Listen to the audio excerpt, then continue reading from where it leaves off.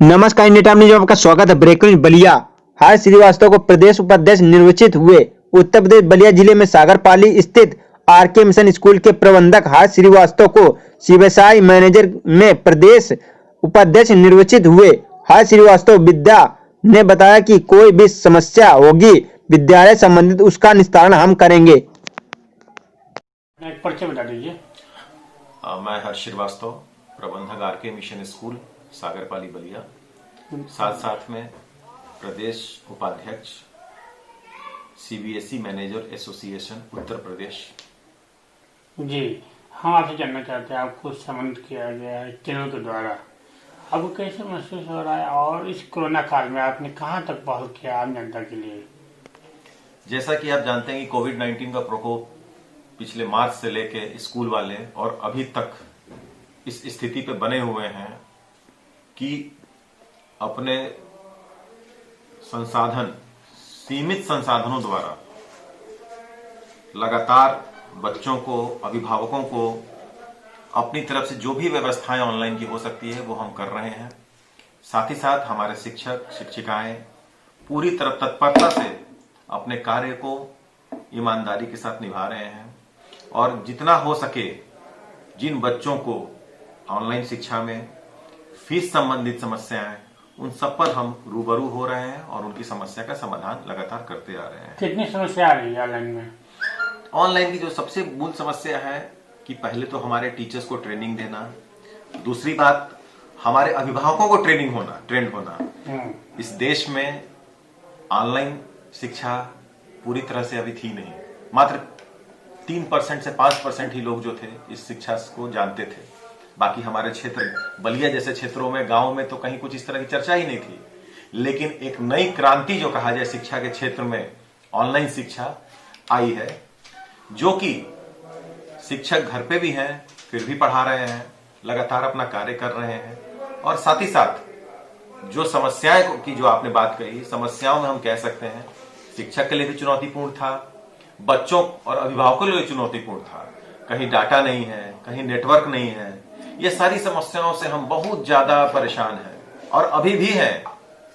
अगर ये शिक्षा, ऑनलाइन शिक्षा को मजबूती से अगर रखना चाहते हैं हम सब लोग पूरे देश में, तो मैं अपील करना चाहूंगा भाई अपने प्रधानमंत्री जी से, मुख्यमंत्री जी से कि हमारी जो ऑनलाइन व्यवस्था के लिए जो इंटरनेट की व्यवस्थाएं हैं वो थोड़ा सुदृढ़ ग्रामीण क्षेत्रों में होनी चाहिए, जो कि न के बराबर है। और जिस दिन ये सही हो जाएगा, हमारे लिए, आपके लिए ये व्यवस्था बहुत अच्छी है। धन्यवाद जी, आपको प्रदेश में जिस उम्मीद से आपको चयन किया गया है उसके विषय में कुछ शब्द आपने बताइए। देखिए, प्रदेश ने मुझे उपाध्यक्ष के पद पे चुना, चूंकि आपको जैसे जानकारी हो कि बलिया स्कूल एसोसिएशन जो हमारा है फेडरेशन बलिया का, उसका भी मैं कोऑर्डिनेटर हूं। साथ में मैं हमेशा कई संस्थाओं से जुड़ा हुआ हूं जिसके माध्यम से हम लोग सामाजिक रूप से कार्य करते आ रहे हैं।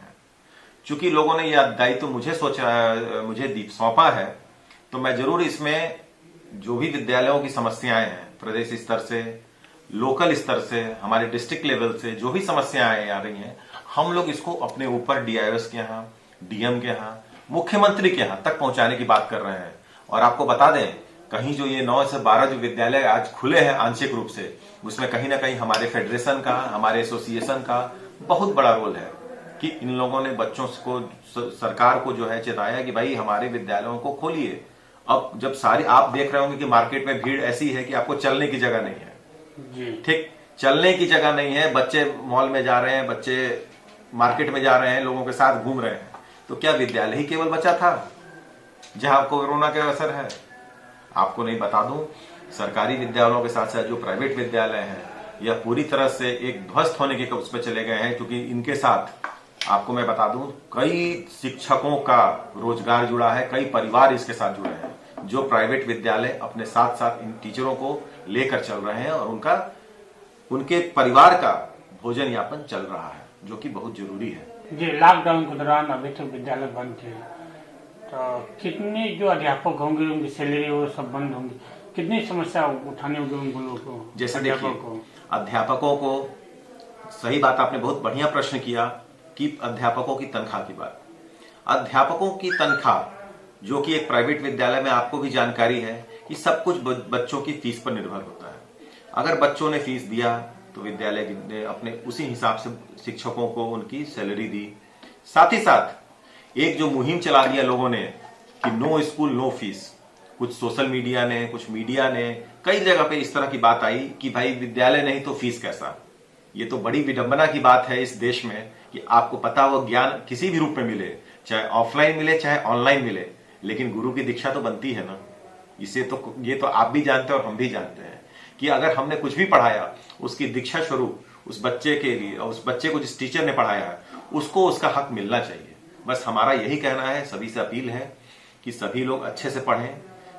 जो छात्र विद्यालय आना चाहते हैं वो 9 से 12 वाले वो आए, जो ऑनलाइन शिक्षा ग्रहण करना चाहते हैं वो ऑनलाइन शिक्षा ग्रहण करें, और साथ ही साथ अपनी जो भी समस्याएं, फीस संबंधित भी समस्याएं, जैसे हम लोगों ने किया कि पहले क्वार्टरली फीस लेते थे, हमने उसको मंथली में कर दिया।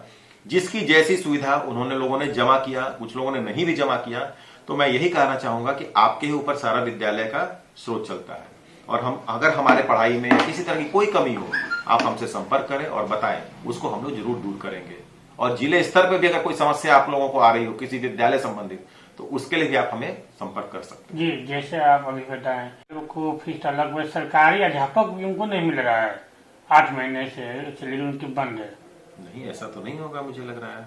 अभी भी कुछ दिन पहले जिलाधिकारी को ज्ञापन दिया गया था उनकी वेतन को लेकर, मानदेय को लेकर, 15 दिन उनके विचार बन रहा है, अभी कुछ हुआ नहीं। देखिए, सरकारी विद्यालय, प्राइवेट विद्यालय तो एक होता है, ठीक है, चाहे वो सरकारी हो चाहे प्राइवेट हो, दोनों शिक्षकों का काम एक ही है, बच्चों को शिक्षित करना, समाज को शिक्षित करना। हमारा ये कहना है कि सरकार भी इस तरह से अगर उनके सरकारी विद्यालयों को भी जो मानदेय पर है अगर उनको नहीं मिल पा रहा है तनख्वाह, तो ये बहुत बड़ी विडंबना है। आप ये सोच सकते हैं तब कि जब सरकार देने में सक्षम नहीं है तो फिर जो प्राइवेट विद्यालय है वो कैसे चलेंगे। तो हमारे हिसाब से अब विद्यालयों को धीरे धीरे खोल देना चाहिए। सब एक नई पटरी पे जो वापस हमारी गाड़ी दौड़ रही है धीरे धीरे, उस विद्यालयों की भी जो हमारा स्थिति है उसको धीरे धीरे, अब हमारी सरकार से यह अपील है कि विद्यालय को खोले जाए, धीरे धीरे जूनियर सेक्शन को भी स्टार्ट किया जाए, क्योंकि अब कोरोना का कहर हमारे जिले वाइज अगर देखा जाए हमारे यहाँ काफी कम हो गया है, स्थिति काफी सामान्य हो चुकी है, जनमानस सामान्य जीवन यापन कर रहा है।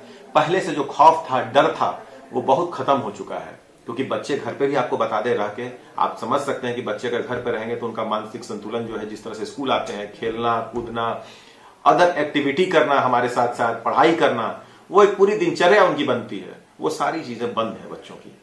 जी, हम आपसे जानना चाहते हैं, कोरोना काल में कितनी दिक्कतों का सामना करना पड़ा आपको सारे स्टाफ को? देखिए, कोरोना काल में कहीं ना कहीं जब से आदेश हुआ, 28 अप्रैल को एक आदेश जारी हुआ कि भाई आप फीस ले सकते हैं, विद्यालय में 2 कर्मचारी जाएंगे, 5 दिन को निर्गत दिया जाएगा, और साथ साथ जो पढ़ाने वाले शिक्षक हैं वो घर से ऑनलाइन शिक्षा दे सकते हैं। तो धीरे धीरे आपको समझ सकते हैं कि घर पे वो बैठे हैं, हम यहाँ विद्यालय में बैठे हैं, एक दूसरे से सामंजस्य बनाना, मटेरियल, स्टडी मटेरियल टीचर्स को प्रोवाइड करना, बच्चों तक उसको प्रोवाइड करवाना through website, through email, through WhatsApp, through message, इन सभी चीजों द्वारा बच्चों को हम लोगों ने समय समय पर चीजें उपलब्ध कराती गई, जिससे कि बच्चों को, अभिभावकों को बहुत समस्या ना आए।